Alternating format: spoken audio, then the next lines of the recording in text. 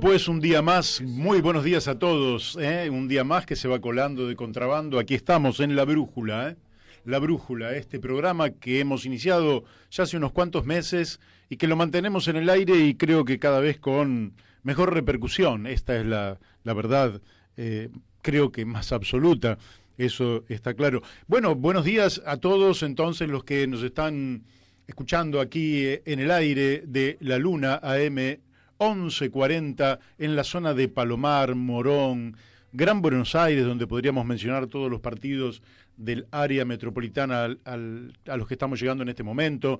Buenos días en la capital federal, a todos los que están sintonizándonos, los amigos, los que escuchan habitualmente la radio, los que se prenden por el interés del programa de hoy, que va a ser, como siempre, un programa muy interesante, y que se han enterado del mismo, sea por un WhatsApp, sea por internet, sea porque otro se lo ha dicho. Buenos días también Corrientes allí con Radio Fénix 92.1 MHz, y a nuestra querida amiga Mónica Colunga. Buenos días Radio La Paquita, allí en Uspallata, Mendoza, 88.9, allá en las alturas de nuestra cordillera de los Andes, allí por donde pasó San Martín, y donde nos están retransmitiendo Gustavo Figini y Elvio, que para nosotros es un verdadero honor que este programa se esté reproduciendo en otros lugares y que seguramente en el futuro otros también tomarán. Buenos días a quienes nos capturan a través de los celulares, las aplicaciones correspondientes, y también quienes nos escuchan por internet.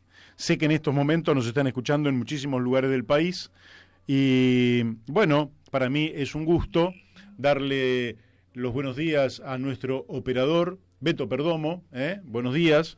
Mandarle también un abrazo a mi amigo de todos los días que hoy, lamentablemente por razones personales, no pudo estar aquí con nosotros, Daniel de Abrante. Espero que nos esté escuchando y si tiene algo para aportar que lo haga llamándonos a la radio, como quien quiera llamarnos a la radio, al 4443-7424, podrá hacerlo, aunque hoy tenemos, como siempre, invitados, entre hoy y mañana vamos a tener varios invitados. Los voy a presentar para que ustedes sepan cómo se va a desarrollar el programa y conforme quieran escuchar a unos u otros también puedan entrar o salir del dial y aprovechar lo que más les interesa. Hoy en la segunda media hora del programa, alrededor de las 12:30, vamos a estar hablando con el ingeniero Humberto Ramírez Arbo desde Resistencia Chaco sobre un tema que es gravísimo porque hay 1 millón, escuchen lo que les digo, 1 millón de hectáreas inundadas en nuestra querida provincia del Chaco.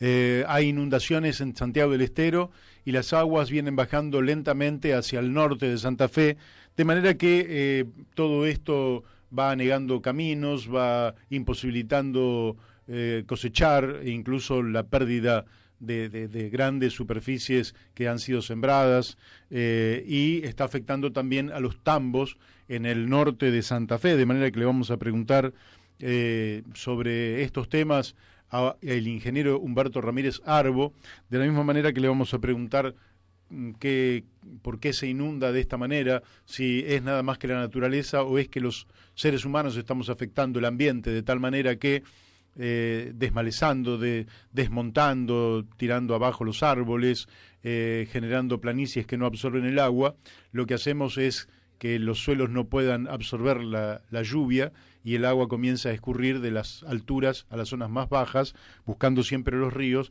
pero allí se llevan puesto producciones, caminos, riqueza y en muchos casos afectan también a los pueblos de nuestro querido interior. También le vamos a hablar sobre los pueblos, le vamos a preguntar sobre los pueblos originarios. Pero además, ya alrededor de las 13 horas vamos a estar hablando con Pablo Naya, que es el creador de una empresa que es la primera en Argentina en fabricar coches eléctricos. Pablo Naya tiene su fábrica aquí en Morón, nació hace algunos años en Villa Luzuriaga, o sea, en la vereda de enfrente, pero ya se pasó aquí y le vamos a preguntar también sobre de qué se trata este proyecto de Zero Electric, que es el coche un coche pequeño para 2 personas. Bueno, en fin, le vamos a preguntar por cómo se carga, cómo es su batería, cuál es su autonomía, cuál es su velocidad, cuáles son sus prestaciones, cuánto sale, dónde se venden. En fin, le vamos a preguntar cómo se les ha ocurrido la fabricación de este vehículo, cómo lo están vendiendo, qué respaldo han tenido, tanto desde el punto de vista financiero como desde el punto de vista científico, tecnológico de parte del Estado, qué está pasando con nuestras baterías de litio, en fin, un montón de preguntas para Pablo Naya. Bueno, y después seguramente estaremos hablando con una precandidata a intendente de aquí de Morón, que es Marina Cassese, que hablaremos justamente también de las cuestiones atinentes al distrito donde está la radio, aquí en el Palomar, partido de Morón. En el día de mañana vamos a estar hablando con alguien a quien conozco desde hace muchísimos años y del que me siento realmente amigo y orgulloso de ser su amigo, que es el defensor del pueblo de la tercera edad, Eugenio Semino. Él va a estar en el sur, pero me dijo, vamos a tratar de que esté ubicado en un lugar donde tenga señal y poder comunicarnos de la mejor manera, así que alrededor de las 12:20 lo vamos a estar llamando a Eugenio Semino para hablar, bueno, de todas las cosas atinentes al problema de los jubilados. Nos llamó la semana pasada un oyente jubilado, que ahora no recuerdo el nombre, así que si quiere puede volver a llamar hoy o mañana, dejarnos las preguntas que él crea correspondan para el caso y lógicamente se las transmitiremos a Eugenio Semino. En particular, él decía que había recibido un crédito, había tomado un crédito como jubilado, un crédito que estaba favorecido supuestamente por el Estado, pero el crédito todavía no se lo acreditaban y ya se le venía encima la primer cuota. Es decir, que se les desvalorizaba el dinero y ya tenía que empezar a poner la plata. No sé, en fin, no quiero, es uno de los tantos temas que vamos a hablar con Eugenio Semino, que efectivamente el mundo de nuestros mayores es un mundo enorme porque son muchos millones los jubilados que en la Argentina ven que sus ingresos no ascienden como corresponde y que el costo de vida se va por las nubes y que siempre las jubilaciones corren detrás y que muchas veces se pierden derechos, beneficios, conquistas sociales y que el avance científico-técnico, en lugar de mejorar la calidad de vida, pareciera que en la Argentina termina por empeorarla, cosa que no es cierto de manera rigurosa, sino que es el contexto en el cual los jubilados ven perder derechos y ven perder poder adquisitivo. Así que le vamos a preguntar de un montón de temas mañana a Eugenio Semino. Y finalmente mañana, alrededor de las 13, vamos a hablar con alguien a quien ya hemos consultado. Los 3 primeros que les he mencionado nunca hemos hablado con ellos, es la primera vez que van a aparecer aquí por La Brújula. Y el cuarto que les menciono, o el quinto en este caso, es el economista Walter Graciano, uno de los economistas más lúcidos que tiene nuestro país, que nos va a hablar sobre cómo está la inflación, las tasas de interés, el dólar, la economía, qué perspectivas hay en lo inmediato para los próximos meses. Esta es una Argentina que no nos da respiro. Pensemos que en el día de hoy, en horas, en 2 horas, afectado por la tensión global, el dólar aumenta el 1,5% en las 2 primeras horas y ya supera los 46 pesos. Es decir, estamos en una Argentina absolutamente volátil, donde en definitiva todo se nos mueve, y cuando todo se nos mueve, lo que tendemos a hacer es a quedarnos quietos nosotros. Entonces la economía real no tiene inversiones, las tasas de interés impiden que haya inversiones, no hay crecimiento, se pierden trabajos, se pierden pymes, se pierden capacidades, se pierden oportunidades, y la verdad es que, bueno, le vamos a preguntar sobre todo esto a Walter Graciano, que creemos que es una de las personas más autorizadas para ser escuchado, sobre todo en temas de macroeconomía, y quienes quieran saber quién es Walter Graciano no tienen otra cosa más que googlearlo y observarán la cantidad de libros y la calidad de sus libros, varios de los cuales yo he leído y que me parece que son un aporte para entender la realidad. Presentado el programa, entonces, este lunes 6 de mayo, siendo las 12:10, y con un clima estupendo. Quiero decirles que en este momento, en esta zona, está haciendo 21 grados, con una humedad que no es muy alta porque se han secado las calles después de la lluvia de anoche, se han secado las veredas. Realmente estamos en un día para disfrutar. Disfrute este día. Y no se prive de nada, porque es un día extraordinario. Si tiene que trabajar, trabaje, pero disfrutando el día. Si tiene que caminar, camine. Si tiene que ir a hacer compras, si tiene que hacer la comida, si tiene, en fin, lo que tenga que hacer, estudiar, lo que fuera, pero aproveche este día, que es único y repetible. Mañana ya este se habrá fugado, mañana veremos cómo es, pero el día en el que estamos viviendo, el día que estamos disfrutando, que estamos saboreando, que estamos compartiendo, es el día de hoy. Entonces, a disfrutarlo, que este lunes 6 de mayo todavía tiene 11 horas y 50 minutos para ser vivido y hay que vivirlo con toda intensidad. Vamos al primer tema, Beto, vamos al primer tema y después hacemos nuestra nota editorial y después de la nota editorial iremos a la conversación con el ingeniero Humberto Ramírez Arbo desde Resistencia Chaco, nuestra querida provincia del noreste argentino. Aquí acabo de recibir un mensajito de Gustavo Figini desde Radio La Paquita. Dice, excelente los programas, saludos desde La Paquita. Uspallata, Mendoza, qué lindo. Bueno, perfecto, un fuerte abrazo, Gustavo Figini. Y el comentario del día de hoy. El comentario del día de hoy tiene que ver con algo, es tanto lo que me envían, pero algo que me envió Laura Deriu, y que tiene que ver con el último reportaje que le hicieron a Carl Sagan. Carl Sagan es un científico, astrónomo norteamericano que hizo una serie que cuando la vi hace ya varias décadas, por primera vez, me dejó un altísimo impacto, una serie que se llama Cosmos, y que después eso se amplió en un libro con el mismo título, Cosmos. Desde allí, desde esta mirada, Carl Sagan nos abrió un panorama extraordinario,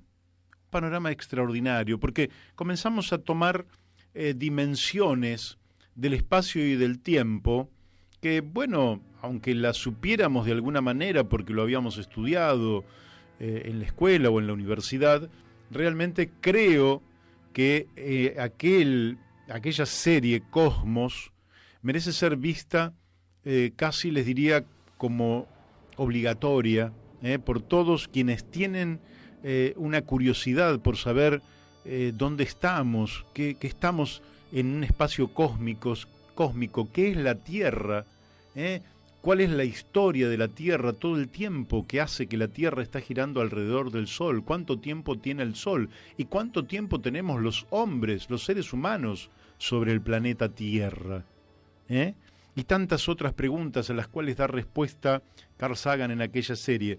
En 1996, siendo todavía un hombre relativamente joven, Carl Sagan hace el último reportaje ya enfermo. Yo les diría que es un reportaje interesantísimo para que ustedes lo escuchen a él. Pero básicamente él plantea que los seres humanos, sobre todo en los últimos tiempos, es decir, virtualmente a partir del renacimiento de la ciencia, que se da hace unos 500 años, con Copérnico, con Leonardo da Vinci, con Galileo Galilei, con Kepler, con una cantidad enorme de científicos que se van incorporando y que van produciendo Newton, que van produciendo saltos en el conocimiento que son enormes, y ese conocimiento que se va adquiriendo a través de la ciencia y que se va transmitiendo a través de la educación, y ese conocimiento que se va aplicando a través de la tecnología, ¿verdad?, se va acelerando con el paso de los años. Es decir, cada vez hay más conocimiento, cada vez hay más tecnología. Y no es que lo hacen siempre a la misma velocidad. Cada vez hay más científicos en el planeta Tierra investigando. cada vez hay más laboratorios, cada vez hay más gente experimentando, cada vez hay más talleres viendo cómo los conocimientos que se van forjando en el mundo de la ciencia se van trasladando a otras esferas. La tecnología es la que hace que genera la posibilidad de transformar ese conocimiento en alguna mercancía, algún servicio o algo distinto a ello. Podría ser, por ejemplo, un arma, ¿verdad? Entonces, eso se va acelerando a tal punto que lo que hoy invierte el planeta, la sociedad mundial, en el área de ciencia y tecnología o, de otra manera, investigación y desarrollo, puede superar los 2 billones de dólares. Es decir, no dije 2 millones, dije 2 billones de dólares, es decir, 2 millones de dólares aplicados a la investigación y el desarrollo. Eso hace que el mundo natural en el que vivimos la mayor parte de la existencia, los seres humanos, podríamos decir que hasta hace 200 años el mundo natural era prácticamente todo. Desde hace 10.000 años, cuando a alguien se le ocurrió iniciar la agricultura, hasta hace 200 años, el mundo natural era lo que prevalecía y los seres humanos vivían básicamente en la naturaleza. Lógicamente ese mundo se fue transformando y la tecnología fue haciendo que el mundo cada vez más fuera invadido por la tecnología. En fin, en todas las áreas, en el área del transporte, en el área de las comunicaciones, en el área del desarrollo energético, en fin, en donde ustedes lo busquen. Perfecto. Pero eso se ha ido acelerando los últimos 50 y los últimos 20 años. Hasta el punto que cuando muere Carl Sagan allá por el año 96, Internet estaba dando apenas los primeros pasos. Y hoy son más de 3.000 millones de seres humanos que en el mundo tienen de una o de otra manera acceso a Internet. ¿Qué quiero decir con esto? A ver, Masitelli, ¿qué quiere decir? Quiero reflejar lo que en una conversación dijo Carl Sagan. Él dice, ojo, que el mundo que se avecina va a estar diseñado por la ciencia y la tecnología. El mundo en el que van a vivir nuestros hijos y nuestros nietos va a tener una prevalencia de la ciencia y la tecnología mayor que en cualquier otra etapa, incluso en el presente. ¿Y quién diseña ese futuro? ¿Quién domina ese futuro? ¿Para qué se desarrollan y qué áreas de la ciencia y la tecnología se desarrollan? ¿Con qué valores se hace? Entonces dice Carl Sagan que en los Estados Unidos por aquel tiempo los republicanos habían desterrado un departamento del Congreso que era un departamento de ciencia y tecnología. De manera que él dice, si fuera el poder político, estamos en problemas, porque es una fórmula de poder y de ignorancia absolutamente peligrosa. Cuando nuestros congresistas, dice, ignoran todo acerca del desarrollo científico y tecnológico, estamos en serios problemas. Ignorancia y poder, dice Carl Sagan.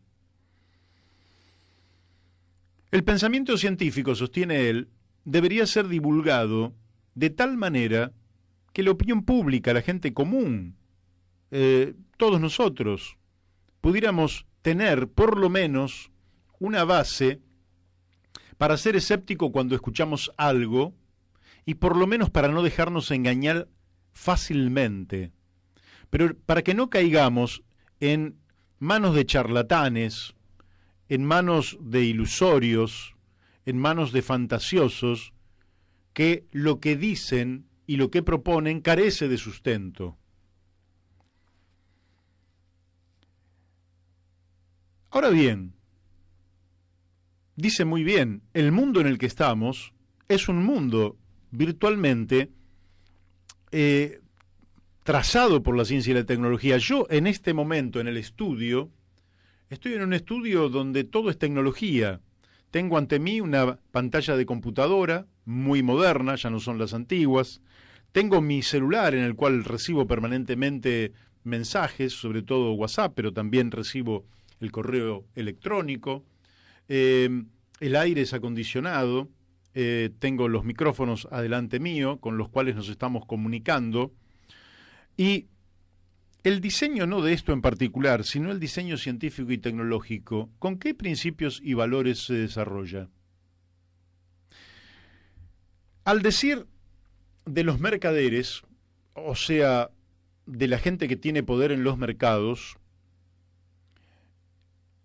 una parte importante de la ciencia y la tecnología se desarrolla para optimizar la tasa de ganancia sin importar los beneficios o los perjuicios que pudiera causar ese desarrollo en las personas.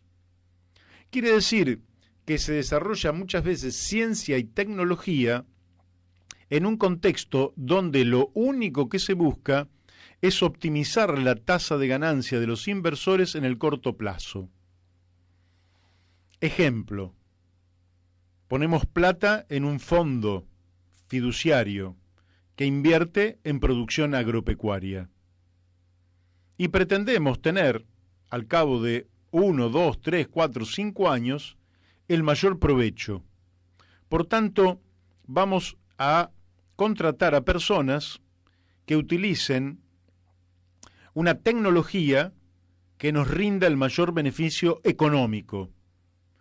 Y después, quizás dentro de 5 años, salimos de este negocio y nos vamos a otro negocio.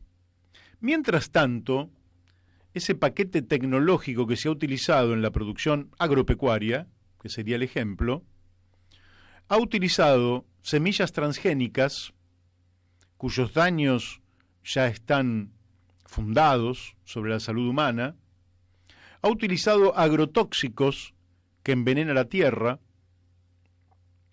ha usado un extractivismo sobre la tierra que la empobrece y en algunos casos hasta la puede desertificar, necesita que se fumigue muchas veces en aviones o con los famosos mosquitos, intoxicando a la gente, pero a nosotros nada de eso nos interesa, porque nosotros nos vamos a ir de ahí, de ese negocio, vamos a sacar la plata dentro de 5 años, y si queda gente enferma, si quedan chicos malformados por efecto de los agrotóxicos, si queda el suelo deteriorado, no nos interesa porque nosotros ya habremos salido de ese negocio y habremos ido a otro negocio cualquiera, porque así funciona el capital financiero, entra y sale de los negocios conforme la tasa de ganancia. Entonces, cuando la ciencia y la tecnología se desarrolla en función de la tasa de ganancia del capital, de ese cortoplacismo que busca la mayor ganancia en el menor tiempo, lo que se está haciendo es deteriorando el ambiente, la salud de las personas, la tierra, el calentamiento global, deteriorando la vida de quienes nos sucederán a nosotros, porque así es por ley biológica, que los hijos sucedan a los padres y que los nietos sucedan a los hijos, y así sucesivamente se va encadenando la vida. Y este compromiso por esa cadena de vida no puede ser roto por un desarrollo científico tecnológico que solo tiene en mira la búsqueda del mayor beneficio financiero. Me parece que es muy interesante este reportaje a Carl Sagan, que nos abre los ojos sobre lo que debiera ser, desde mi punto de vista, una disciplina científico-técnica ética, es decir, el desarrollo de valores en los científicos y en los técnicos, de tal manera que no produzcan aquello que produce daños para los seres humanos. Lógicamente esto que estoy diciendo es muy lindo, porque la ética sería el motor de la ciencia y la tecnología, y esto aportaría al bienestar general. Es muy bonito, pero en la práctica no ocurre. No ocurre porque no solo cuando hablamos de el modelo agropecuario, o cuando hablamos del extractivismo minero, o cuando hablamos de la explotación petrolífera a gran escala, con destrucción del ambiente y contaminación de las aguas, cuando hablamos del negocio inmobiliario que hace que las urbes crezcan hasta el infinito y virtualmente tener nuestros campos deshabitados, esta gran contradicción, urbes como la que nosotros vivimos aquí en el área metropolitana, que es de una ineficiencia total, una ineficiencia energética porque se queman millones de litros de combustible para trasladarse a muy baja velocidad a corta distancia, porque se pierde muchísimo tiempo en ese transporte, es ineficiente en la logística, es ineficiente por donde se lo mire, pero como resulta rentable para un sector del capital financiero, seguimos involucrados en todas las áreas, el agro, la minería, el petróleo, las grandes zonas urbanas. Entonces, pero esto no sería todo. Esto no sería todo. Cuando usted observa cuánto se invierte en investigación y desarrollo, ciencia y tecnología al servicio de la producción de armas para matar gente, las armas son solo para matar gente. Las bombas nucleares son para asesinar a la gente en masa. Y las bombas de todo tipo son para matar a la gente, no son para otra cosa. Cuando se habla de los aviones supersónicos para la guerra, el crimen de la guerra. Entonces, cuando usted observa que Estados Unidos, por ejemplo, primer potencia del mundo, invierte algo así como 900.000 millones de dólares, 2 veces el Producto Bruto de la Argentina, nada más que para fabricar armas, usted dice, ¿no se debería reconvertir toda la industria armamenticia del mundo en favor de generar condiciones de vida más favorables para todos los habitantes del planeta? No, no lo hacen. No lo hacen porque ellos buscan un planeta para pocos. Y para garantizarse la seguridad de eso, lo que hacen es armarse hasta los dientes. Entonces, aquí tenemos una reflexión que tiene que ver con el desarrollo científico y tecnológico, que debería estar, si hubiera un principio ético en favor del mismo, al servicio del bien común. Yo considero que a eso se le llama socialismo. Cuando se busca el bien común, se llama socialismo. Y cuando la sociedad se organiza nada más que para optimizar la tasa de ganancia del capital que está en manos de unos pocos, a eso se llama capitalismo. Por eso creo que Carl Sagan, desde una mirada cósmica, podríamos decir, desde una mirada de un astrónomo, de una mirada con una dimensión superior, nos hace un llamado a los seres humanos para que sepamos, básicamente, defender la vida sobre el planeta y la defendamos en todas las áreas, en todos los terrenos y fundamentalmente siempre bajo la condición de defender la dignidad humana. Ciencia y tecnología. Aquí cerramos y esperamos poder comunicarnos entonces con nuestro amigo Humberto Ramírez Arbo. Esperaremos a ver si por allí aparece. El dólar parece que no cede, mientras tanto. Ahí anda. Y bueno, tenemos noticias de todo tipo, pero nosotros vamos a hablar de algo que nos parece que es sumamente importante y que los medios toman en muy baja proporción. Así que aquí desde Buenos Aires nos estamos comunicando con el ingeniero Humberto Ramírez Arbo, que supongo está por allí por el noreste argentino, en alguna de nuestras dos provincias, o en Chaco o en Formosa. ¿Qué tal? Buenos días, Humberto. Hola, buenos días, Mario.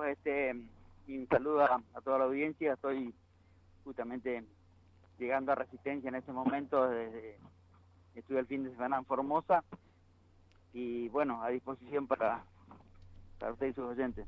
Bueno, perfecto, Humberto. Mirá, hay una noticia que ha tenido muy poca repercusión en Buenos Aires y que a nosotros nos gustaría conocer más, porque nos parece que hay informaciones que están diciendo que las inundaciones a partir de las lluvias de alrededor del 20 de abril en Chaco llegaron a cubrir hasta 1 millón de hectáreas y además esa información dice que agua tanto del Chaco como de Santiago del Estero está bajando hacia el norte de Santa Fe y esto está produciendo, bueno, pérdidas en las cosechas, anegamiento en los caminos, crisis en una parte de la cuenca lechera del noreste de Santa Fe. Querría que nos comentes cómo se está viviendo allí este tema y después entraríamos a preguntarte por las causas y otras cosas.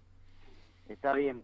Mira, en realidad realmente esto es una tragedia para todo el pueblo del Chaco y también de Argentina. Las grandes lluvias comenzaron ya a principios de enero. A principios de enero ya había grandes áreas de muchas miles de hectáreas o cientos de miles de hectáreas cubiertas de agua en el suroeste chaqueño. También Resistencia ya había sufrido inundaciones importantes, si bien de pocas horas o de pocos días, ¿no es cierto? Pero y que si bien en las ciudades el daño económico se ve de otra forma, ¿no es cierto? Porque se ve en las viviendas y en la población, pero no en la producción, o sea, no en el ingreso de dinero a la provincia, pero también es muy importante. Y bueno, 3 meses después, las lluvias se repitieron con mucha mayor intensidad y mayor frecuencia, y realmente hay una gran porción, una gigantesca porción, diría que la del área productiva casi en su totalidad se ha visto afectado, muy afectada, en su mayor parte un área de desastre, porque todas el sudoeste chaqueño, que es el área de mayor producción y de mayor fertilidad y de chacras más grandes, está bajo agua, ¿no es cierto? Realmente un panorama increíble de describir y de ver, ¿no es cierto?, la cantidad de agua que hay sobre los campos y esa masa de agua que se mueve en flujo laminar, o sea, no forma cauce, sino que se va moviendo como mantos de agua que va moviéndose lentamente hacia el este y también hacia el sur, y como usted dice, ¿no es cierto?, ingresando ya en la provincia de Santa Fe, donde también va a seguir causando daños tremendos a la producción.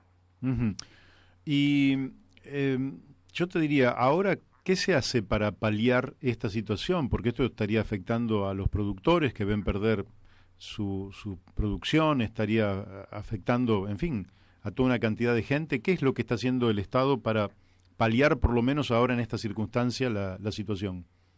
Sí, yo creo que paliar va a ser muy difícil paliar, ¿no es cierto? O sea, el Estado se quedó un poco, ¿no es cierto? Si bien hay causas cercanas y causas de más largo alcance, que ahora vamos a charlar, pero tenía el mejor tiempo de prever, porque hubo varios meteorólogos que previeron que estas lluvias iban a ocurrir, porque hoy el clima se está prediciendo con bastante anticipación y con bastante exactitud por los modelos que hacen los climatólogos. Y en este momento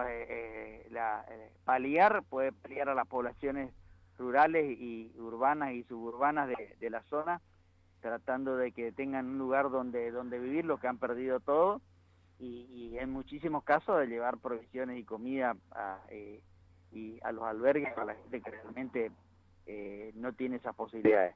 Mucha gente, los productores, vamos a decir, mucha gente a lo mejor en lo personal puede arreglársela solo, pero viene el problema gigantesco que han perdido toda la producción, o sea, y eso el Estado no creo que tenga recursos como para solventar esa pérdida gigantesca de cientos de miles o de millones de toneladas de producción agropecuaria perdidas.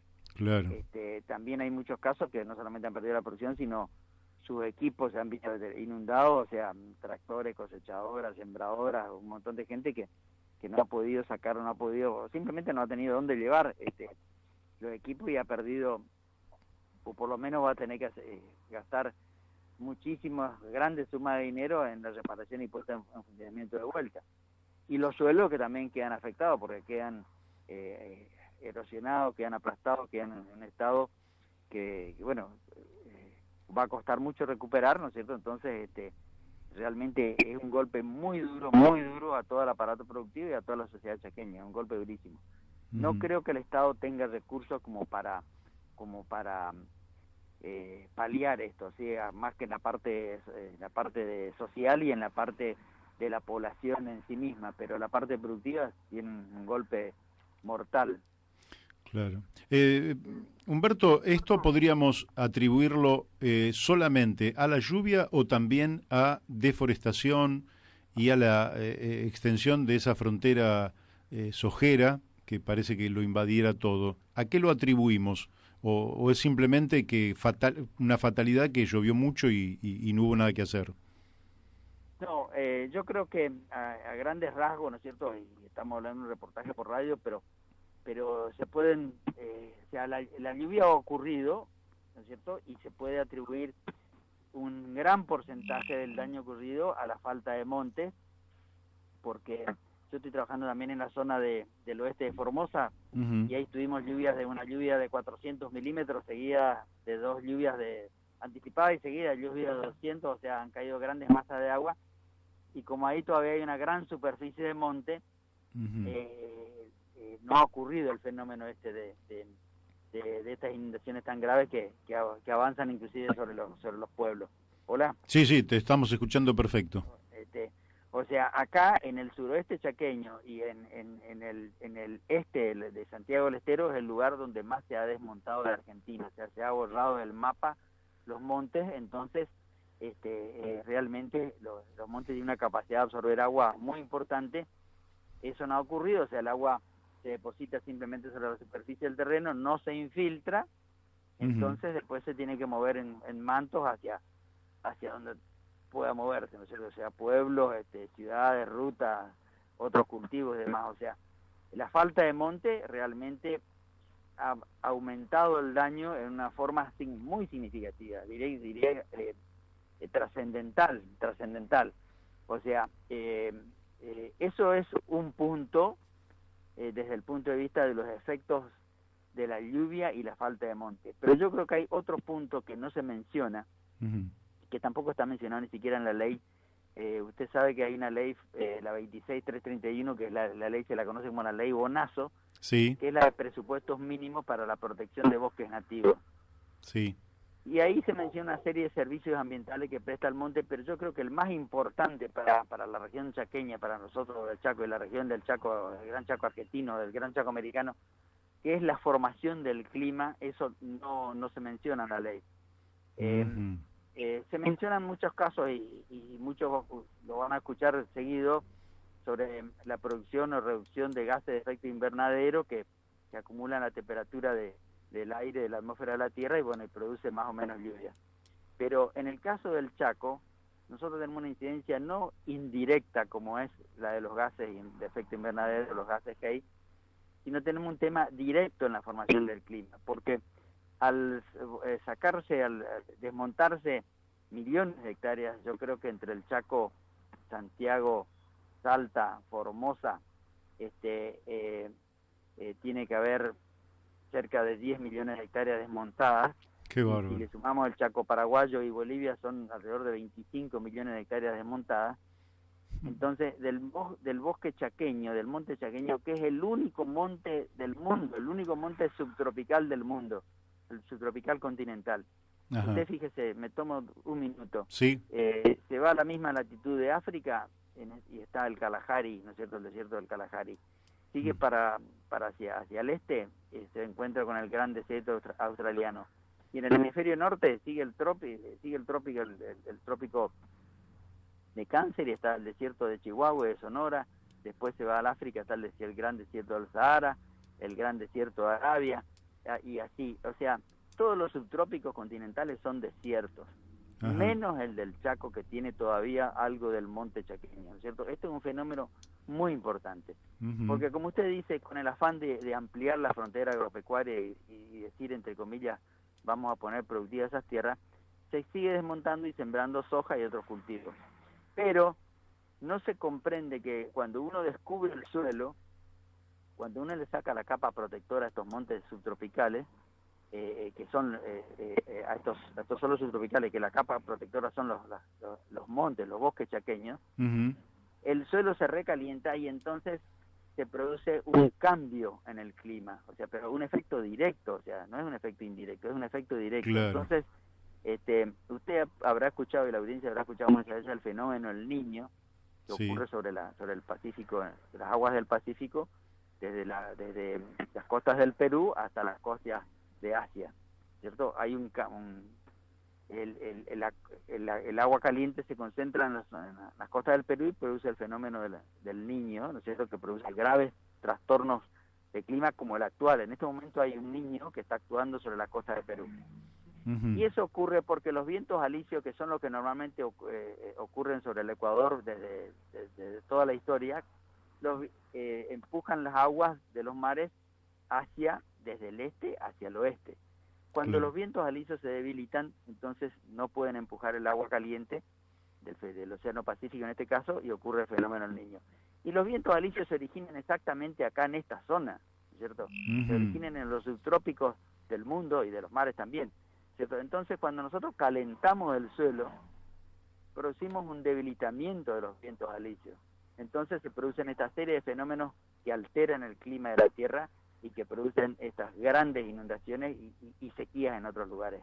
Entonces nosotros estamos jugando con fuego y estamos promoviendo algo que nos puede llevar a la perdición total. O sea, si seguimos desmontando, los daños van a seguir ocurriendo de una forma no podemos medir qué puede ocurrir, ¿no es cierto? No podemos medir. Claro, Entonces, o sea que pueden ser irreparables.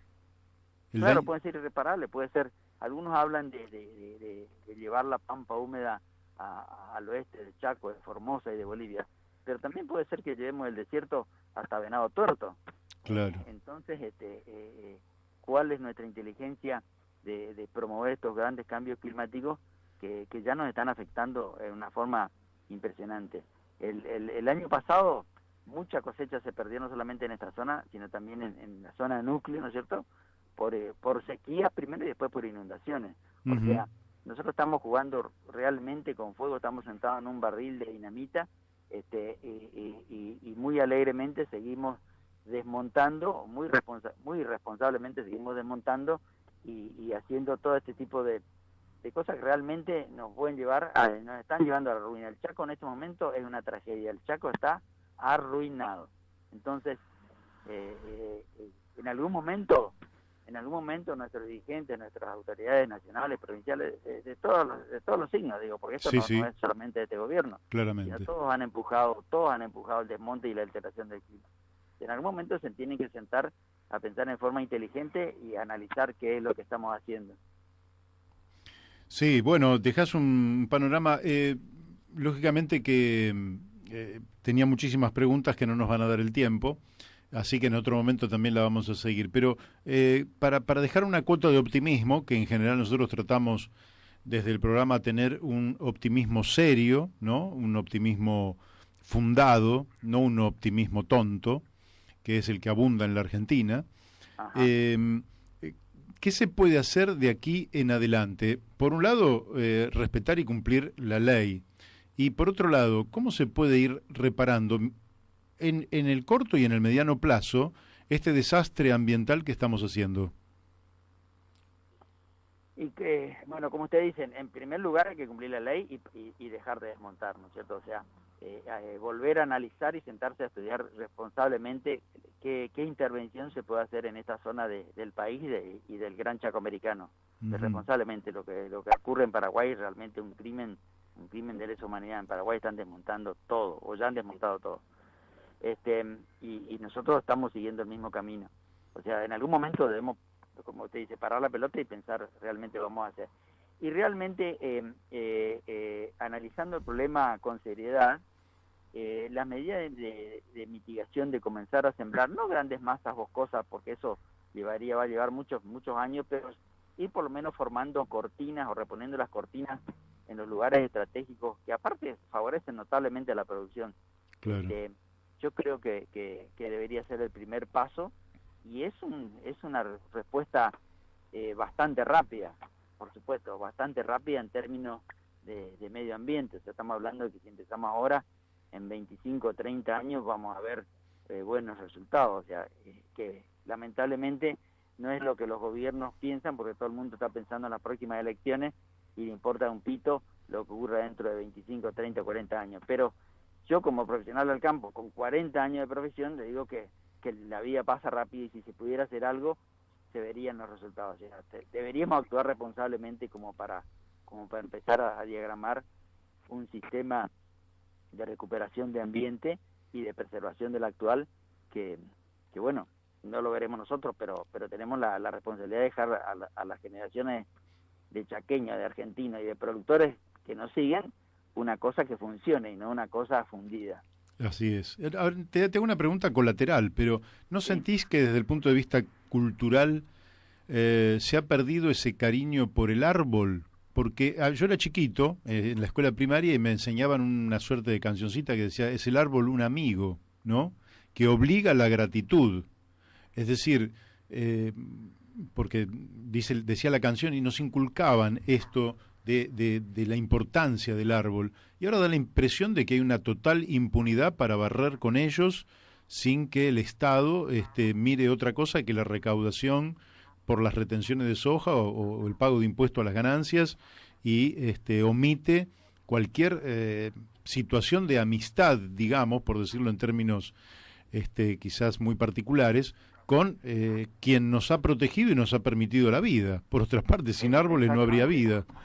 Sí, mire, lamentablemente acá yo desde siempre escucho, es un monte que no sirve para nada, ¿no es cierto? Porque hablando del monte impenetrable, del monte chaqueño que ocupa la porción del Gran Chaco Americano, Uh-huh. es un monte que no sirve para nada, diciendo que los árboles están enfermos, que, que no tiene valor maderable, ¿no es cierto? En realidad, acá ha habido una extracción de madera durante 100 y pico de años, 150 años quizás ya, Uh-huh. y realmente como ha sido una tala selectiva, que no hay que confundir con desmonte, ¿no es cierto? El desmonte, cuando se saca totalmente el monte, la tala selectiva es, se sacan durante toda la vida se sacaban los mejores ejemplares Uh-huh. y se dejan los enfermos, los torcidos, los feos. Entonces, lógicamente, el monte es un monte enfermo, un monte que está en regresión, porque se han sacado todos los ejemplares buenos y han quedado los enfermos, entonces el monte, Claro. estamos haciendo una selección inversa. Uh-huh. O sea, entonces, es muy frecuente escuchar que los productores dicen, este es un monte que no sirve para nada, pero no piensan en nosotros, en los servicios ambientales que estamos hablando, ¿no es cierto? Que es, aún así, deteriorado y en regresión como está el monte chaqueño, aún así presta un importantísimo servicio al Chaco y a toda Argentina y a toda la humanidad, de preservación del clima, preservación del suelo y preservación del aire. O sea que realmente eso que usted dice de una falta de conciencia o de volver a enseñar los principios por los cuales debemos amar a los árboles, ¿no es cierto? Amar al monte, Uh-huh. tiene que volverse cultura. Tenemos que recuperar la cultura de querer al monte y entender que ese monte es el que nos da vida, es el tapón verde que impide que el desierto avance sobre Argentina, y nosotros estamos tratando de sacarlo. Qué bárbaro. Humberto, ya la última pregunta que te hago, porque se nos ha ido el tiempo, pero desde ya que te voy a volver a molestar más adelante. Con Pero mucho sí gusto. te quiero preguntar por la situación de los pueblos originarios, que también para algunos da la impresión de que como quieren ampliar esta frontera productiva, son una suerte de estorbo que se los quieren sacar y los criminalizan, los persiguen. ¿Cuál es la situación que se está viviendo allí por Chaco y por Formosa, con los Wichi, con los pueblos originarios? Bueno, realmente, Mario, es una cuestión bastante larga de charlar, ¿no es cierto? Ujú.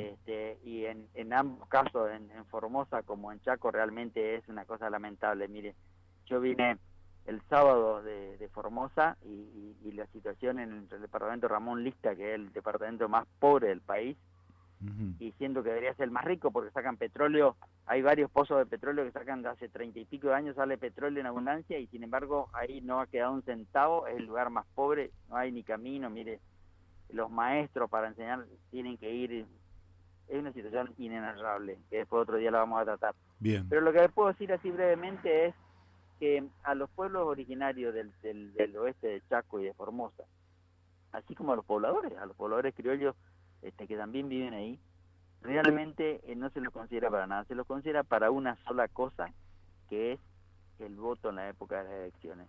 Y después, punto. Nunca se hace un trabajo serio para ver cuáles son sus necesidades, cuáles son sus posibilidades laborales, sus posibilidades de desarrollo. Eso no se ha hecho, eso yo lo conozco hace 30 y pico de años que fui la primera vez en forma profesional, ya había ido antes como viajero común, pero en forma profesional ya hace como 35 años que voy, y no se ha obtenido ni un centímetro de programas o planes de desarrollo serios. Hay una serie de planes y programas de desarrollo que se vuelcan decenas o centenares de millones de dólares y de euros, porque viene mucha ayuda de la Unión Europea, pero siempre sin un verdadero proyecto, un verdadero plan, y que contemple, o sea, un plan se debe elaborar desde el momento cero con la propia población beneficiaria, o sea, con los propios pueblos originarios, con los propios criollos que vienen ahí desde hace 100 y pico de años. Sin embargo, eso hasta ahora no se hace. Y entonces vemos las consecuencias. Hay un descontento muy grande, hay una falta de posibilidades que está provocando un descontento y va a ir empeorando, va a ir empeorando. En Formosa la situación es más grave que acá, ya empezó hace unos 3 o 4 años a haber movimientos ya con situaciones de violencia, ¿no es cierto? O sea, enfrentamiento con la policía, se prenden fuego a los hospitales, a las escuelas, a los móviles policiales. Acá todavía no ha empezado, pero ya ustedes tienen noticias de que hay un resquemor importante entre la población originaria y los gobiernos van siempre con lo mismo de tratar de calmar y asegurarse el voto en las próximas elecciones, y es todo, ¿no es cierto? Y mucha ayuda se recibe de Buenos Aires, hay muchas personas importantes y muy loables que mandan una gran cantidad de ayuda al impenetrable y también al oeste formoseño, pero es eso, son ayudas, claro, ¿no es cierto?, que son muy importantes para la población y ojalá que las puedan seguir mandando, pero son ayudas, de soluciones no se trabaja en nada, o sea, no se trabaja en la búsqueda de soluciones, que es la responsabilidad que deberíamos afrontar seriamente. O sea, la ayuda es una ayuda, pero soluciones, nada por ahora. Bueno, Humberto, por razones de horario tengo que cortar, pero me quedaron una enorme cantidad de preguntas por hacerte. Te agradezco muchísimo la amabilidad que tuviste de permitirnos este reportaje y, de hecho, si te puedo comprometer para el mes que viene volver a molestarte. Pero con mucho gusto, por favor que me avisan más para que te con señal y con todo gusto el tiempo que quieran. Bueno, lo tuyo fue excelente, fue una lección lo que nos diste, además por tus conocimientos como ingeniero, de manera que para nosotros ha sido un gusto y creo que este programa después en esta parte la vamos a difundir en forma autónoma porque realmente nos interesan estos temas. Te mando un fuerte abrazo y hasta siempre. Bueno, un abrazo y saludos a toda la audiencia. Un abrazo. Gracias, chao. Hemos hablado con Humberto Ramírez Arbo desde Chaco. Vamos a la tanda publicitaria y después hablamos con Pablo. Buenas tardes. Pablo Naya está en línea. Sí, buenas tardes. Buenas tardes, Pablo. Un gusto poder comunicarme con usted y le agradezco ya anticipadamente la amabilidad de concedernos este reportaje. No, por favor, que para mí, que vengo de escuela técnica y que siempre me gustan estos temas, es realmente un gusto. Usted, Pablo, es el creador de Zero Electric, el primer coche eléctrico argentino. Sí, nosotros lo llamamos básicamente el primer vehículo eléctrico argentino, porque esto es una movilidad alternativa. Ajá, claro, no viene a reemplazar a ningún coche con motor a combustión. Exacto, no reemplaza, a ver, no reemplaza un auto porque no tiene la autonomía y no tiene el mismo equipamiento que un auto, digámoslo así. Esto es movilidad alternativa, es un vehículo para monoplaza, o sea, para dos personas, pequeño, el cual justamente es un city car, es para circular por la ciudad. Bien, bien, yo los he visto porque le comento, y bueno, la audiencia no tiene por qué saberlo, pero yo vivo sobre la calle Don Bosco, Ajá. apenas a 2 cuadras de donde estaba la fábrica de motos de Adalt. Sí. Y yo creo que ustedes se iniciaron allí. Empezamos a producirlo ahí, en esa planta, exacto. Los veía, son muy atractivos los vehículos. Sí, sí, sí, es muy lindo, es muy lindo. El vehículo es algo nuevo, es algo que para acá, para lo que es Argentina, para circular por la ciudad va a ser algo ideal. Son muy sencillos de manejar, son muy prácticos a la hora de estar dentro de lo que es la ciudad, ¿no? O sea, es un muy buen reemplazo de lo que serían las motos, digámoslo así. Claro. Digamos que todo lo que tiene que ver para una circulación dentro de la ciudad, dentro del área metropolitana, por decirlo así, donde la persona que lo vaya a usar se tenga que trasladar hasta una distancia, digamos, de 20 kilómetros o 15 kilómetros, el resultado da la impresión de que es excelente. Sí, sí, no va a tener ningún inconveniente, justamente porque la autonomía de este tipo de vehículos es hasta entre 50 y 60 kilómetros, dependiendo las baterías que uno le coloque, ¿no? Claro. O sea, tenemos baterías que pueden tener una autonomía de 100, 110 kilómetros o baterías donde tienen una autonomía entre 50 y 60 kilómetros. Nos quedamos un minuto en la batería. ¿La diferencia qué es entre una batería de plomo y una batería de litio? De litio, exacto. Uh-huh. Y siendo y la lo batería... que difiere ahí es el costo, ¿no? de la batería. ¿En cuánto anda una y otra? ¿Cuál es la diferencia? Y prácticamente el doble cuestan lo que es baterías de litio. Claro. Estamos hablando de un pack de batería de plomo, estamos hablando de $1.500 contra un pack de baterías de litio que casi son $3.000, $3.500. Claro, sí, sí. Eso encarece el vehículo, ¿no? Ahora bien, eso encarece el monto original del vehículo, pero digamos que el costo luego por kilómetro del vehículo aparece como muy económico. No, no, a la hora de cuando uno hace a largo plazo lo que cuesta el kilómetro, o sea, nosotros hacemos un cálculo para que sea fácil para que la gente lo entienda.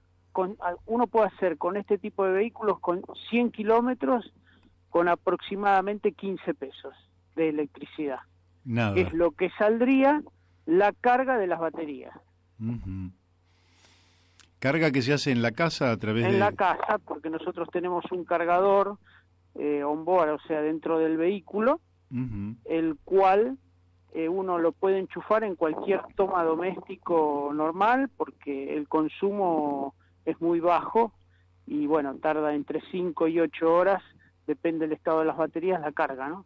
Claro, quiere decir que si yo me pongo en el lado de un consumidor, yo quisiera comprar un vehículo, el costo del vehículo originariamente sería alto, pero después el mantenimiento sería muy bajo. ¿Esto paga patente? Bueno, estamos viendo, ahora justo estamos terminando la homologación y no sabemos realmente dónde lo van a encuadrar en el momento del pago de patente, de seguro y demás. Impuestos que tenga. Eso es una parte que, bueno, ahora cuando se termine el tema homologación, que estamos en la parte final, porque hemos tenido un problemita con el apoyo a cabeza y, bueno, ahora ya hemos conseguido que nos hagan el ensayo, porque hemos tenido que hacer ensayos de muchas partes del vehículo y, bueno, claro, el apoyo a cabeza no había laboratorio acá en la Argentina y, bueno, recién ahora lo pudimos solucionar, así que calculamos que fin de mayo tendremos ya la homologación terminada. Bien. Me sigo poniendo en el caso de un potencial interesado en usar el coche. Digamos que uno puede pensar que hay familias, por ejemplo, que tienen un coche de buen porte, digamos, de un costo importante y que lo utilizan básicamente para largas distancias. Sí. Y puede tener un segundo vehículo que sea para no sacar el coche grande y hacer, qué sé yo, la compra en el supermercado, ir a la farmacia, acercarse a dar un servicio, en fin, en distintas actividades. Quiero estacionar ese coche en mi casa. ¿Qué medidas tiene ese coche? Y el vehículo es pequeño, o sea, el largo es 2,30 m y el ancho es 1,20 m. Claro, en cualquier lado se acomoda. Sí, eso es una de las ventajas que tiene para circular justamente por la ciudad. Es muy pequeña. Y el estacionamiento debe ser relativamente sencillo estacionarlo. Sí. Al ser pequeño es fácil de manejarlo, es fácil de estacionarlo. Donde entra un vehículo normal, de estos entran dos, por ejemplo. Claro. Realmente es muy atractivo. Desde el punto de vista de la contaminación sonora, virtualmente el vehículo no emite ningún tipo de sonido, o sea, uno no lo escucha prácticamente cuando está circulando. Aparte de, bueno, la contaminación ambiental, ¿no? Porque este tipo de vehículos no emite ningún tipo de CO2, o sea, prácticamente es ecológico 100%. Sobre este tema del ambiente le quería hacer otra pregunta, que es la siguiente. Lógicamente que lo lógico y razonable, sencillo, es lo pongo en el enchufe de mi casa. ¿Esto se puede cargar a través de un panel solar o no? Sí, ningún problema. Lo que pasa es que, bueno, tiene que ser una potencia acorde para que pueda cargar en un determinado tiempo, porque con un panel solar pequeño va a demorar mucho más que con un panel solar más grande, digámoslo así, ¿no? Con más kilowatts de potencia. Bueno, pero digamos que es un coche absolutamente amigable con el ambiente, en todo sentido. No contamina 100%. El aire, ni hace ruido. Nada, realmente es algo novedoso. La verdad es que sí. Son el primer coche, son la primera fábrica aquí en en Sudamérica vamos a ser los primeros productores de este tipo de movilidad. El mercado, le pregunto, Pablo, el mercado al cual ustedes van a llegar, ¿es más de particulares o es más de empresas de servicios? No, en un inicio estamos viendo que van a ser las empresas de servicio las primeras compradoras en cantidad de este tipo de movilidad. ¿Por qué? Porque es ideal para lo que es delivery, tránsito, seguridad, municipios, correos. Entonces calculamos que los primeros que van a empezar a incorporar este tipo de movilidad son las reparticiones públicas y las empresas que necesiten moverse dentro de lugares acotados, ¿no? Claro. ¿La producción que ustedes tienen alcanza para satisfacer esa demanda? Hoy por hoy no, pero cuando estemos ahora homologados, justamente tenemos todo preparado como para empezar a producir ya en niveles un poco más altos. Le traslado una pregunta que me hace una oyente del programa, que es Teresa, que es de San Isidro. Es una amiga de alguien del Toti Flores, ella, y me pregunta si ustedes tienen visitas a su planta aquí en Morón, o no, lógicamente que eso es parte de la organización empresaria de ustedes. ¿Hay visitas de escuelas? Para escuelas, para particulares que quieran participar de una... Estamos organizando, calculamos que en unos meses más ya vamos a poder empezar a tener visitas de gente que nos vengan a ver cómo producimos y cómo hemos desarrollado el vehículo. Vínculos con escuelas, ahora le voy a preguntar sobre algunos vínculos que a mí me interesan en particular. ¿Ustedes tienen vínculos con escuelas técnicas Sí, nos hemos vinculado con varias escuelas técnicas que se han contactado con nosotros justamente para traer alumnos y para hacer algún intercambio de lo que es información, ¿no? Claro. O sea, hoy en Argentina de todo lo que es movilidad eléctrica todavía es muy baja la información. Y nosotros, bueno, hemos podido recapitular bastante y sí, hemos tenido contacto de escuelas que se acercan hemos tenido algunos alumnos que nos estuvieron ayudando en algunos puntos, sí. Bien. Y otra pregunta, porque acá le hemos hecho un reportaje a Enrique Martínez, que fue presidente del Instituto Nacional de Tecnología Industrial. Quería preguntarle, ¿ustedes tienen algún tipo de apoyatura por parte del INTI o del CONICET, algún interés particular por parte de alguna universidad que vea en esta iniciativa que han tomado ustedes, que yo realmente lo felicito, que me parece extraordinaria? Esto seguramente va a seguir evolucionando muchísimo, de manera que tanto universidades como el INTI como el CONICET deberían tener un interés particular en colaborar en la evolución del vehículo. ¿Ustedes tienen algún aporte en ese sentido? No, en absoluto, ninguna universidad, o sea, se han acercado, nos han consultado muchos puntos, pero no tenemos ni apoyo económico ni apoyo tecnológico tampoco, ¿no? Financieramente tampoco tienen apoyo. Tampoco. Amigo. Se nos está haciendo bastante complicado hasta tener la homologación. Hoy por hoy se nos hace realmente cuesta arriba, ¿no? Porque estamos vendiendo a áreas particulares, pero no es el mercado al que nosotros apuntamos. Claro, sí, el Estado debería estar en un especial interés en que esto que, por otra parte, se visualiza como el destino de todos los vehículos hacia el futuro, ¿no?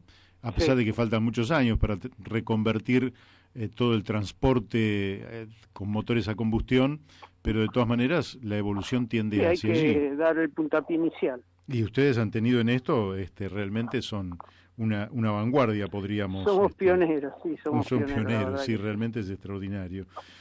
Bueno, yo tenía unas cuantas. Otra pregunta que le quería hacer es, sí.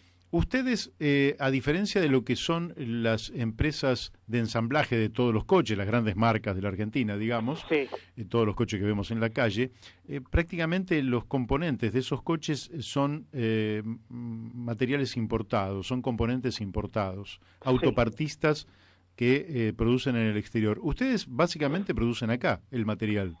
El vehículo está conformado por una estructura de aluminio y después tiene puentes delantero, trasero que son todo de hierro, de caño, donde van montadas las suspensiones, el puente trasero y demás. Todo lo que es conformado en aluminio y plástico, hierro y plástico, todo eso está hecho acá en Argentina. Los vidrios están hechos también por un proveedor acá en Argentina. Lo único que estamos importando son 15 ítems que no hay acá en la Argentina y no hay tampoco escala para que se pueda producir aquí en la Argentina, que son los controladores, las baterías, el diferencial, son 15, o sea, tablero, hay piezas que son de electrónica, que aquí no hay escala y no hay tampoco productores, y eso es lo que tenemos que importar. Pero después básicamente de lo que es el vehículo en sí, estructura, puertas, carrocería, llantas, todo está hecho aquí en la Argentina. Bien. Quiere decir que dan trabajo también aquí en la Argentina. Sí, autopartistas de aquí, de Argentina. ¿Qué perspectivas de exportación tienen, Pablo? Y estamos justamente, nos están contactando de varios lugares para poder llevar el vehículo. Lo que pasa es que nos están esperando a que esté homologado. Claro. Una vez que salga la homologación acá en Argentina, a partir de ello, bueno, es el puntapié inicial para que podamos exportar. ¿Usted piensa que la escala de producción se puede incrementar y eso ayudar a disminuir el costo de producción? Sí, indudable. Es una variable que justamente cualquier empresa que uno conoce, cuando puede empezar a tener una escala de producción, bajan los costos. Claro. Es automático. Es difícil de comprender cómo el Estado no se asocia para bien, ¿verdad? No para mal, ni para Sí, sacar... lo que pasa que, bueno, no es, o sea, yo también entiendo que el Estado no puede ser el papá de todos. No, En esa no, parte lo entiendo, pero bueno, esto es algo distinto también, ¿no? O claro. sea, no es una fábrica de ventanas, no es una fábrica, no sé, de escobas, ni de escobillones, ni de baldes, por decirlo así. Esto es algo totalmente distinto, que no hay justamente aquí en Sudamérica. Claro, entonces eso, eso de ser pioneros, Generaría más interés. efectivamente, y aparte para no perder el liderazgo. Exacto. Y ustedes son una marca que se está instalando, y instalar una marca cuesta muchísimo, y realmente merecería el apoyo más Sí, honestos. realmente instalar una marca y hacer algo es muy complejo. Nosotros hace muchos años que estamos. Nos han ofrecido de irnos a países limítrofes a producir, pero la verdad que uno está acá en el país, ya está instalado, tiene la familia en el país y es como que bueno, irse también es complejo. Sí, es Pero doloroso para el que se va y también para los que quedamos, ¿no? Porque la verdad es que habría que sacar el país adelante con gente que realmente es emprendedora, que tiene voluntad, que tiene creatividad, y por eso yo quería realmente conversar con usted y felicitarlo. Y la última pregunta que le hago, por lo menos sí, por hoy, vaya a saber si en el no hay futuro podemos... problema, cuando quieran nos pueden estar comunicando. Eh, si alguien quisiera, qué sé yo, decir, bueno, me gustaría tener un coche de estos y quisiera reservarlo para cuando fuera posible, ¿qué tendría que hacer? ¿Tendría que ir a la página de ustedes? Sí, Ten- conectarse con la página, pedir ahí en info, hay un mail donde puede tener la información y nosotros de ahí le derivamos a un distribuidor que sea de la zona. Nosotros vamos a estar nombrando concesionarios, pero justamente todavía no ampliamos la red porque estamos esperando justamente el tema homologación. Una vez que esto esté, bueno, a partir de ello empezamos justamente a hacer el nombramiento de mucha gente que quiere distribuir nuestros productos, pero hasta no tener la homologación consideramos que no es justamente equitativo porque no tendrían el mercado para poderlo vender. Claro. Con el producto homologado, a partir de ello, bueno, sí ya se abre un mercado interesante. Bueno, Pablo Naya, creador de Zero Electric, le agradezco muchísimo este contacto. Lo quiero felicitar sinceramente por esta iniciativa que han tenido y por poner el hombro que ustedes tienen, y creo que son un ejemplo para los jóvenes y para todos los emprendedores que realmente tienen inventiva y voluntad para sacar el país adelante. Bueno, muchas gracias y sí, justamente es lo que hay que hacer. Yo creo que hay que trabajar, hay que buscar por todos los medios que la gente tenga creatividad en lo que hace. Así Y a es. partir de ello, bueno, es hacia donde se apunta que todo crezca, que el país avance. Bien, así es. No le tenemos que pedir al país, no le tenemos como dijo algún Somos presidente, nosotros los que sino tenemos que poner. que le damos nosotros al país. Exacto. Bueno, le mando un fuerte abrazo, muchas gracias y hasta siempre. Muchas gracias a usted por llamar, que siga muy bien. Gracias. Bueno, hemos hablado con Pablo Naya y ahora vamos a ir al segundo tema del día, Beto, y después vamos a seguir avanzando con temas de política y esas cosas que tanto nos gustan. Y algunos mensajitos que nos han venido llegando que le pido disculpas. No puedo leerlos todos porque no me da tampoco no me da el tiempo, pero hemos recibido de Mario Morales, de Ricardo Lasca, de muchos más. Pero adelante. Bueno, les mencioné a Ricardo Lasca y les voy a hacer escuchar un pequeño cortito que él mandó, y espero que se pueda escuchar bien, son apenas 48 segundos, que tiene que ver siempre con el tema de los peajes, y no van a poder ver el video, pero sí van a poder escucharlo. La atención que las concesiones viales son un servicio público, como es el gas, la luz, y sin embargo esto no se instala.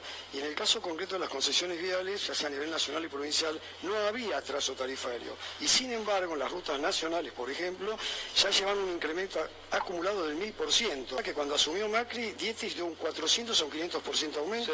Sí. El año pasado, por ejemplo, hubo 3 incrementos, no salen en ningún lado, 180% en todo el año.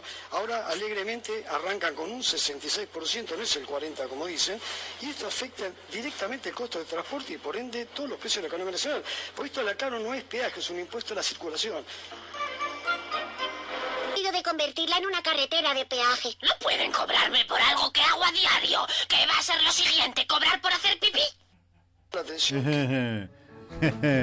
No pueden cobrar por el peaje. Eso es un impuesto, es un robo directamente, que ya casi diría inaceptable, así que le mandamos un abrazo a Ricardo Lasca. Bueno, también nos manda, con motivo de este reportaje que hicimos a Humberto Ramírez Arbo, nos manda la diputada nacional, mandato cumplido, Silvia Vázquez, un mensaje que dice que estamos trabajando con la comunidad Mocoví de Chaco, para ayudarlos a volver a sus raíces, pero las últimas lluvias lo inundó todo y necesitan de todo. Estaremos hoy en Maure 2060, Lanús, y el miércoles a las 15 en Plaza Congreso, recibiendo donaciones. Entonces hay también una dirección de Facebook, Ayuda a la comunidad Mocoví. Juntamos alimentos no perecederos para la comunidad Mocoví del Chaco. Sábado 4 de mayo, 16 a 18 horas, Plaza Villa Obrera, Lanús Este. Y domingo 5 de mayo de 10 a 18 en Maure 2060 Lanús Este.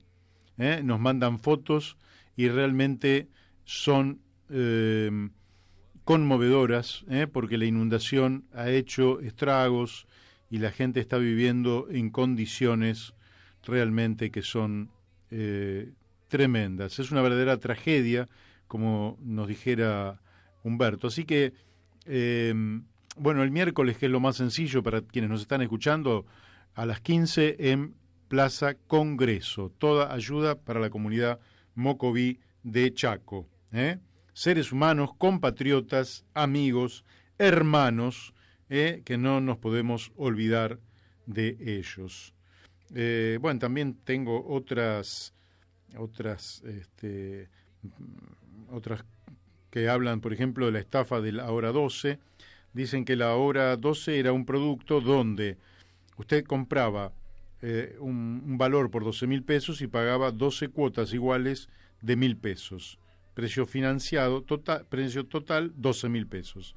Ahora, el valor del producto es 12.000, la tasa de interés del 60% y las 12 cuotas son de 1.600, con lo cual, en lugar de 12.000, usted paga 19.200 pesos. Es decir, que realmente no le ayuda para nada, porque para pagar esa tasa de interés más vale ni siquiera comprarlo, a menos que lo necesite de manera absolutamente imperiosa. Bueno, en fin, hay otros llamaditos, otros mensajitos. Por ahora no vamos a avanzar con esto. Sí, vamos a decirles que, como ustedes saben, hay una fecha muy importante en la política argentina, que es el domingo próximo. Nosotros hemos venido hablando de todas las elecciones y el domingo próximo tenemos elecciones en Córdoba. Esas elecciones para mucha gente va a ser una fecha bisagra. ¿Vieron cuando en una partida se van mostrando las cartas? Bueno, aquí muchos se reservan las cartas. ¿Va a ser candidato? ¿No va a ser candidato? ¿Va a ser candidata? ¿No va a ser candidata? En fin, cada uno se va reservando las cartas. Y el domingo se espera que se produzca un doble fenómeno. Por un lado, el triunfo muy importante por parte del gobernador Schiaretti en Córdoba, triunfo que todavía no sabemos cuál va a ser su volumen, pero casi está asegurado. y entonces eso tendría repercusiones favorables sobre uno de los espacios políticos, que es el de Alternativa Federal. Es el espacio que de una o de otra manera conforman Roberto Labaña, Sergio Massa, Juan Manuel Urtubey, Miguel Pichetto y Schiaretti en Córdoba, y esto le daría a Schiaretti un espaldarazo ¿para qué? Para poder decir, bueno, salgamos de esta manera, voy a respaldar a determinado candidato. Como todavía no sabemos el resultado, habrá que esperar al domingo y habrá que el lunes que viene entonces analizar cómo se han dado esos resultados y qué es lo que han dicho los protagonistas. Pero esto podría ser un gran espaldarazo para este tercer espacio que está al margen de la grieta entre Macri y Cristina. Al mismo tiempo podría significar que Cambiemos, que podría haber hecho una elección para ganar, o por lo menos para que fuera decorosa, va a ser una elección divididos en condiciones tales que la derrota aparece como totalmente garantizada. También en este sentido, quien sea el derrotado o el más derrotado de los candidatos de Cambiemos va a repercutir ya no sobre el lado de Alternativa Federal, sino que va a repercutir sobre el oficialismo nacional, sobre Cambiemos y sobre el gobierno de Macri. ¿Por qué? Porque allí compiten dos candidatos, uno es Mestre y el otro es Negri, ¿sí? Entonces, ¿qué ocurre?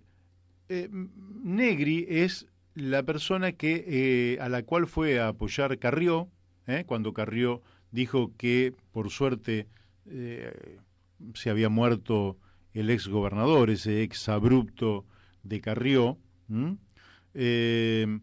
y lógicamente que le hizo mucho daño a Negri. Entonces, ahí, y si Negri gana, por lo menos el segundo sería el hombre del presidente, aunque estuviera a una gran distancia de Schiaretti. Pero si el que triunfa es Mestre, quiere decir que el caballo del comisario habría quedado tercero, lejísimos de cualquier posibilidad de ser competitivo. Y si esto ocurriera, eso sería un golpe directo a el corazón de Cambiemos, con repercusiones posteriores que desconocemos, pero que podían ser tremendas, porque en el gobierno hay una enorme preocupación por el futuro del acuerdo con el radicalismo. Hay sectores del radicalismo que están dando por terminado el acuerdo de Cambiemos. Están esperando nada más que se sucedan los hechos para demostrar que está agotado Cambiemos. El martes de la semana pasada, nuestro amigo Miguel Ponce, que es el presidente de la Comisión de Economía de la Unión Cívica Radical, ha dicho Cambiemos ya fue, es decir, lo único que estamos observando es el proceso, la hoja de ruta, a partir de la cual le damos, digamos, un acta de defunción definitiva, pero ya no es del interés de la inmensa mayoría de los radicales, y mucho menos después del papel que está haciendo el gobierno, dado que hasta el presente ha perdido 7 elecciones, 7-0 va perdiendo en las elecciones provinciales, y con la de Córdoba podría ocurrir que se sumara la 8ª derrota consecutiva, y podría ser una derrota también de una magnitud tal que, desplazados al tercer lugar, bueno, las consecuencias podrían ser que finalmente Cambiemos termine de existir. Se dio, creo que en el día de ayer, la presentación del libro de Martín Lustó, y es interesante porque el libro que se llama Debajo del agua, que tiene la figura de Martín, que vamos a ver si en algún momento lo podemos tener en el aire en el programa, parece que también él está planteando la posibilidad de hacer un acuerdo que supere la experiencia de Cambiemos. Lógicamente que esto está siendo visto con enorme preocupación por el gobierno, porque ¿qué quiere decir esto? Descubrir qué quiere decir esto es realmente penetrar en la conciencia de Martín Lustó. Pero al margen de lo que quiera decir Martín Lustó, que siempre es bueno generar una alternativa superadora, eso es conveniente, pero ¿eso quiere decir la defunción de Cambiemos? ¿Eso quiere decir que el candidato de Cambiemos no sea Macri? ¿Eso querría decir que habría que cambiar los planes y poner a María Eugenia Vidal como candidata? ¿Eso significaría que el radicalismo o la coalición cívica tengan mayor papel dentro de Cambiemos? Lo cierto es que el gobierno, tremendamente asustado, lo acompañó a Martín Lustó.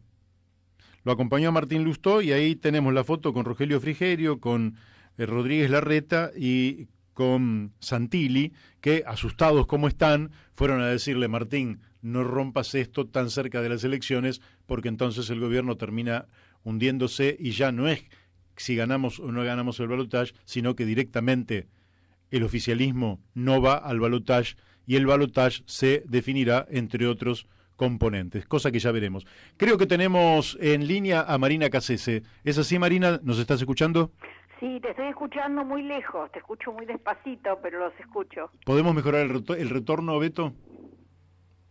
¿Ahí nos escuchás un poquito mejor? Ahí te escucho mejor. Bueno, Marina, te veo muy activa después de tu presentación como candidata a intendente en Morón, o intendenta, como vos prefieras. Y me gustaría que nos digas qué es lo que has venido haciendo, qué es lo que estás haciendo. A mí me llegó alguna información por un WhatsApp bastante extenso, y me gustaría que me lo dijeras vos, no que lo lees. Bueno, Mario, mira, bueno, como vos sabés muy bien y tus compañeros allí en la radio ya me han conocido en distintos programas, hemos venido haciendo una tarea importante en casa de los vecinos, conversando frente a frente con cada uno, volcando nuestras propuestas, escuchando fundamentalmente y ya elaborando políticas públicas importantes. Vos sabés que yo formo parte del equipo oficial del doctor Roberto Labaña. Sí, así es. Y bueno, tenemos un equipo técnico realmente de lujo, de maravilla, y ya hemos hecho propuestas muy importantes. Ahora, en estos días, como el comunicadito de prensa que enviamos les ha llegado, le queremos manifestar un fuerte compromiso de apoyo a las luchas de los empleados municipales, tanto sea la lucha importante que ha encarado el compañero Luis Duré, que es el jefe del gremio acá en Morón, y también a Carlitos Rodríguez, que es el secretario gremial de la Federación en provincia. Como ustedes todos saben, ¿no? Yo siempre cuento mi historia. Yo a los 6 años pasaba las Navidades y los 31 de año en el hospital de Morón, con mi padre haciendo guardia, que era médico, tratando de ganar unos pesos más en esas épocas duras como ahora también, ¿no? Sí, sí. Bueno, después me crié adentro de lo que es la familia municipal, fui empleada administrativa, fui asesora, fui fiscalizadora tributaria y hasta que llegué a secretaria de Economía y concejal. Así que tengo puesta la camiseta de Morón y la camiseta municipal a full, y la verdad es que los empleados municipales suelen ser los más postergados ya desde hace muchísimos años en lo que tiene que ver con la escala salarial de la economía en general. Ganan sueldos paupérrimos, tienen sueldos de hambre, algunos tienen, siendo trabajadores activos, sueldos inferiores a la jubilación mínima. Y bueno, todo esto no se entiende. Morón es un municipio que todavía, a pesar de la enorme crisis económica, es un municipio realmente importante, con mucha actividad económica, y los vecinos son buenos contribuyentes en general, y bueno, tiene bastante capacidad económica como para que sus empleados no anden dando lástima, porque seriamente los sueldos que les pagan son paupérrimos. Sí, estamos muy angustiados con esa situación. Vos no te olvides que, mira, en manos del municipal está la vida de un paciente, la enfermera, los médicos cuando los chicos llegan al mundo, toda la vida los atienden, las maestras municipales, los jardines municipales, los docentes, la gente de seguridad, porque los municipios también tienen que aportar a la seguridad, algo que son funciones que tradicionalmente y según la Constitución provincial son jurisdicción prácticamente exclusiva de la provincia, sin embargo los municipios también tienen que ocuparse de eso, es decir, nos cuidan, nos hacen nacer, nos curan y por último nos llevan hasta la última morada final cuando nos tenemos que ir de esta vida, ¿no? Entonces me parece que es importante que cada candidato y cada equipo político se comprometa con los trabajadores, fundamentalmente, a que son los más importantes, son el eje fundamental de la actividad económica y productiva de cada municipio. Ellos han tenido un atraso muy significativo porque no han acompañado el proceso inflacionario. No te escucho, Mario. ¿No me escuchás? ¿Puedes hablar un poquito más fuerte? Sí, cómo no. ¿Ahí me escuchás mejor? ¿Hola? ¿No me escuchás? A ver. No me escucha. ¿Puedes hablar un segundo? Bueno, a ver, te voy a tratar de... A ver, ahí está mejor. Ahí me escuchás mejor, perfecto. Bueno, no, te decía que he leído que otros municipios, por lo menos han ido, aunque los salarios sean bajos, han ido acompañando el proceso inflacionario. En Morón los salarios eran bajos desde el 2015, que eran bajos, pero no han acompañado el aumento de los precios y se han deteriorado al punto de que están casi todos por debajo de la línea de pobreza. Los salarios no solo están debajo de la línea de pobreza, sino que tenés situaciones como el municipio de Hurlingham, que está otorgando en estos días el 40% de aumento a sus trabajadores en 2 cuotas de 20%, es un 20% ahora en mayo y otro 20% en agosto, con lo que el 8, el 10, ese minúsculo que Tagliaferro está ofreciéndole a los empleados municipales, realmente queda muy lejos de la realidad cotidiana, de lo que es ir a hacer las compras, comprar el pan, la leche, la carne. Los municipales no pueden comer carne, ¿entendés? Porque si comen carne no pagan la luz, y si pagan la luz no pueden comprarle los remedios a los hijos. Realmente la situación es muy grave. Me parece... Por eso vamos a acompañar la asamblea que están haciendo miércoles, si Dios quiere, pasado mañana, así que vamos a estar allí acompañando porque uno nació prácticamente adentro del municipio y le ha dado su vida y además muchas otras logros hemos trabajado en otras épocas, ¿no? Yo, por ejemplo, fui la autora de la ordenanza que le dio el 3% de antigüedad por año, que después, Sabatella lo sacó, pero no sacó la ordenanza vigente, así que hoy por hoy parece que la están poniendo de nuevo en marcha. Más días por nacimiento y por adopción de chicos a los papás, porque solamente estaba contemplado las mamás, los varones prácticamente era como que no participaban de la vida de sus hijitos recién nacidos. Y fundamentalmente la ordenanza más importante que fue de mi autoría y por supuesto siempre basada en el trabajo que hicimos con los distintos gremios municipales, la ordenanza que le daba el 3% de antigüedad por año, la ordenanza que faltándote 3 años para jubilarte, te tenían que poner en la categoría máxima del escalafón, situación que te otorgaría a posteriori una jubilación superior mejor, ¿no es cierto? Claro. Marina, 2 cositas. ¿Dónde hacen la asamblea los municipales?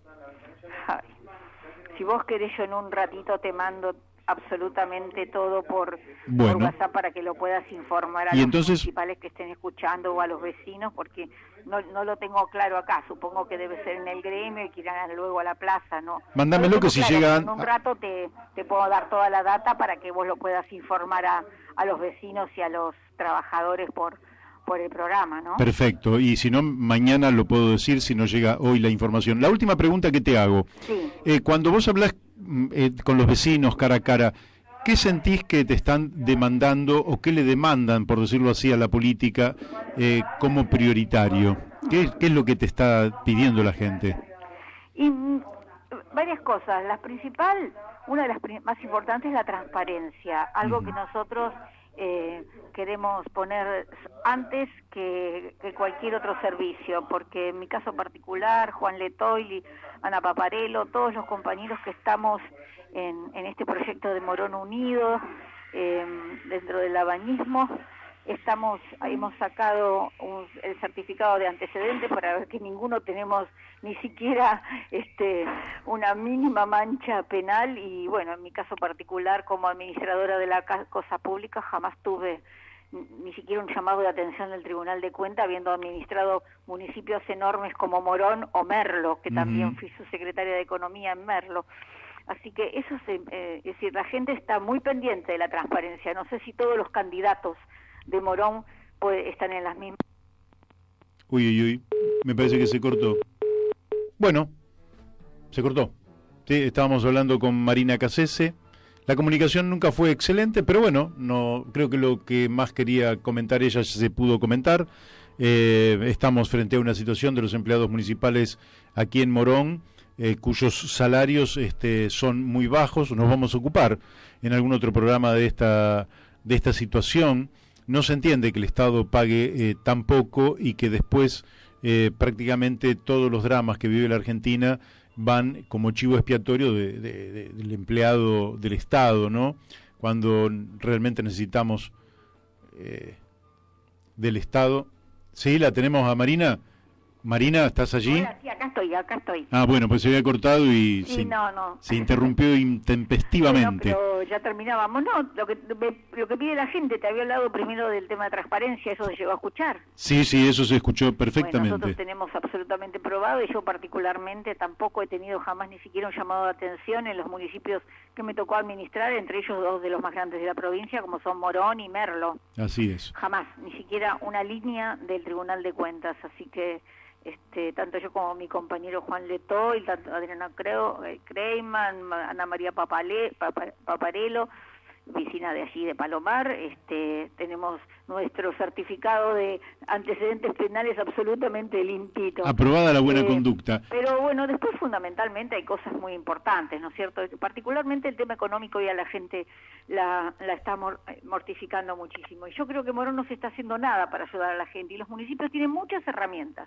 Vos sabés, Mario, muy bien que nosotros formamos parte de un equipo técnico bastante calificado, sino el más calificado que hay en el país. Tenemos la forma de financiar a las empresas, a los comercios, a las fábricas, a los que están cerrando y a los que están suspendiendo, a los que están bajando sus servicios. Nosotros tenemos la posibilidad de ayudar a las empresas a seguir adelante, a poder retomar su gente, a no cerrar. Eso se puede hacer, hay metodologías, hay artículos de la ley orgánica que junto con el Banco Provincias se pueden armar cosas muy interesantes para que poder recobrar la fuente laboral de un montón de gente. Después, por otro lado, vemos que otros municipios están ayudando con las tasas por inspección de seguridad e higiene y con mecanismos locales como Hurlingham, como La Matanza, a los sectores más castigados de la economía, para que puedan comprar el pan, para que puedan comprar verdura y carne fresca, y no solamente el mamarracho ese de la carne que han sacado, que la verdad que entre lo que gastan para ir al mercado central, y si llegan y no encuentran un kilo de alguna de las cosas, eso habla realmente de la inflación reinante, ¿no es cierto? Que sí, claramente. Te digan que te van a dar un excedente de exportaciones para repartir así como si fuera que tiran churrascos a la multitud. Es una cosa hasta vergonzosa, cuando realmente hay cargas impositivas enormes en todo el giro de la economía, como por ejemplo los combustibles, ¿no? Que más de la mitad del costo de un litro de nafta o de gasoil es impuesto. Así es. Y la verdad es que hay muchas cosas que se pueden hacer desde el Estado para que no salgan siempre a pescar adentro del estanque los peces, sino que se den cuenta que hay una economía en negro informal, y a lo mejor no es tanto porque sean todos malos y delincuentes, sino porque los costos tributarios son muy altos. Creo que hay que buscar la manera de bajar las tasas, bajar los impuestos provinciales y nacionales. Tiene que ser, por ahí tiene que empezar el consenso y el acuerdo de los argentinos por hacerle más llevadera y más fácil la vida a las empresas, a las pymes y a los comercios y a los profesionales, que son los que dan trabajo. Así es. Entonces, una de las propuestas fundamentales que la gente nos está pidiendo es trabajo, y que la economía llegue a otro punto. A pesar de que antes los municipios solo se ocupaban del alumbrado del barrio y de la limpieza, hoy los municipios se ocupan de la vida de la gente y es lo que tienen que hacer. Así es el gobierno de cercanía. Es el gobierno de cercanía. Se me fue el tiempo, bueno, Marina. Mario, muchas gracias por interesarte. Vamos con los compañeros. No solo me interesa. Mañana en un rato te paso, así te voy a difundir. Te voy a hacer, lo que vos dijiste está perfecto, yo simplemente te voy a hacer un pequeñito, en 10 segundos. Nosotros hoy tuvimos a Pablo Naya, que es el creador de una empresa que está sentada en Morón, que se llama Zero Electric, que es la primer productora de autos eléctricos en América Latina. Hermoso. Y resulta que lo que a través del reportaje pude constatar es que los órganos que deberían involucrarse, como el Instituto Nacional de Tecnología Industrial o el CONICET o áreas de ingeniería, de la Facultad de Ingeniería de la universidad, no se involucran. Y yo creo que el Estado tiene que comprometerse con los emprendedores, con efectivamente, como vos dijiste, los que dan trabajo y crean trabajo. Exactamente. Para el Estado tiene que ayudar a los que dan trabajo. El INTI ha sido un enorme organismo con nada más ni nada menos que con Martínez, creo que vos lo tuviste contigo allí. Sí, lo tuvimos aquí, lo vamos a volver a sacar en algún momento. Bueno, ni hablemos del CONICET, todos los organismos técnicos y profesionales y científicos. Hay que recuperar todo eso. Hay que recuperar. El Estado no es un gran negocio y tampoco es un banco de inversión.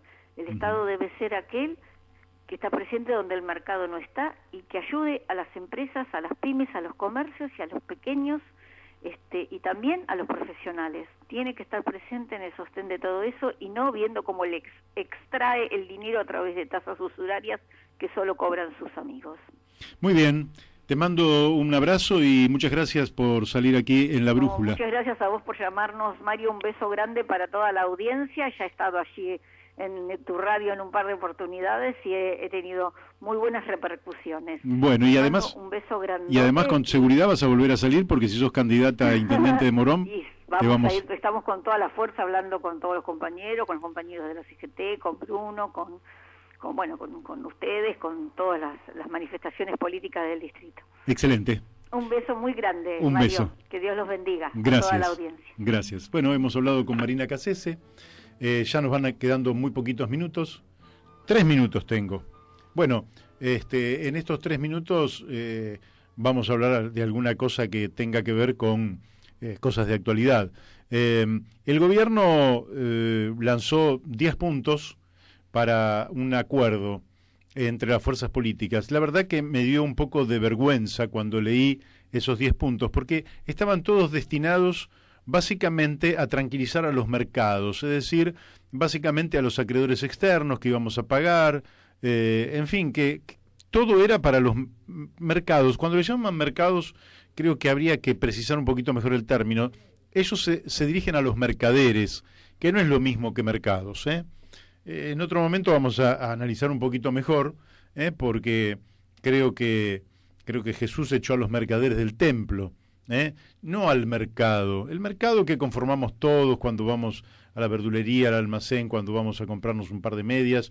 Ese es un mercado donde hay muchos demandantes y muchos oferentes. Aquí estamos hablando de los grandes mercaderes. El acuerdo que impulsaba el gobierno se circunscribía a los grandes mercaderes y punto. Eran 10 medidas, 10 acuerdos que a mí me resultaron en vergüenza ajena.